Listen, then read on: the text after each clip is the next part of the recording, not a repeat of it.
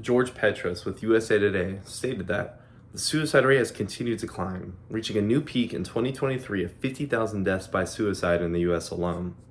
With that, I believe that men's mental health should be a priority in mental health care due to the increased risk of suicide. In this speech, we'll be discussing several topics, starting off with how over 6 million men suffer from depression per year, yet it is underdiagnosed, which will lead on to our next point, talking about how society has essentially put a stigma on men that decide to try to go to therapy and try to improve their mental well-being. And finally, we'll wrap up with the solutions that require us to be more active within the community and to support men receiving help. Millions of men do deal with depression, yet they don't receive help. There's a lack of resources at men's disposal to receive therapeutic help. A lack of emotional support from friends and family often contributes to this, which leads on to the Survey of American Life stating that this is significant because 15% of all men in America report not having close friends or family, meaning they're outed and alone.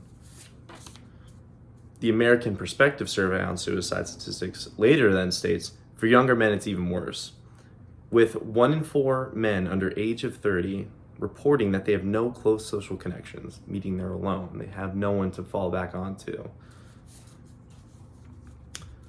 And then with society, there is a clear stigma surrounding men's mental health, which means that they can be seen as weak or pitiful. And this has been around for many years due to the gender roles. Men in this day and age require to fit a certain gender role and stereotype instead of being allowed to open up.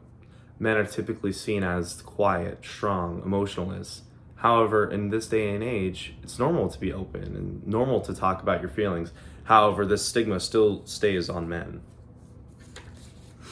The stigma of men's mental health has been described as having wide-reaching and profound consequences beyond the condition itself. It affects everyone.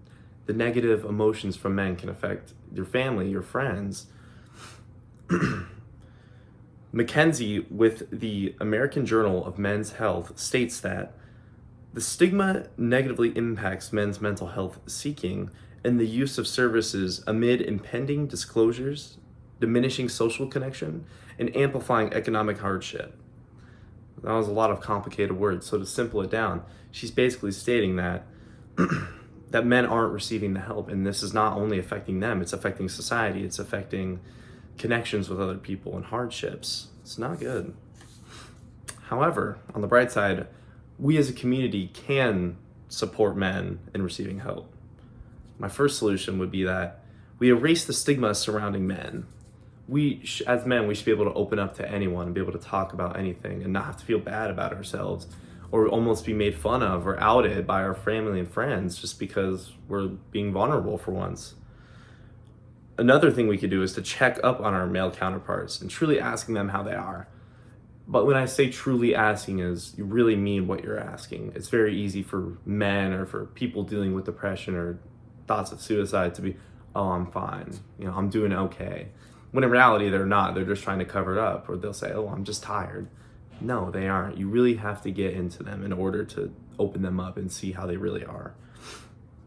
My next solution would be at college campuses specifically ASU.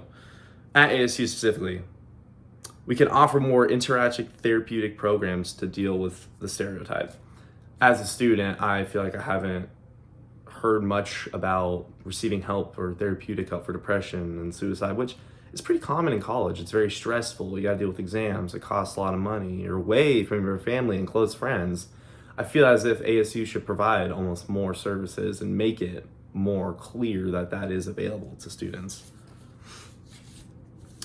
I also believe at ASU or college campuses, we can advocate for the installment of more counselors in order to help students. We have counselors for classes in school. Why don't we have more counselors to help out with our stress and the workload? It really is a lot on students, on young kids that are only 18 years old. We can use these solutions in order to help men ask for help, delete the stigma surrounding men, and have a more inclusive community for men and everyone, make everyone a little happier. In conclusion, I believe that men's mental health should be a priority in mental health care due to the increased risk of suicide. we can save 50,000 lives and save families from insurmountable losses and sadness.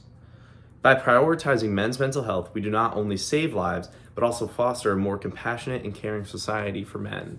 Thank you.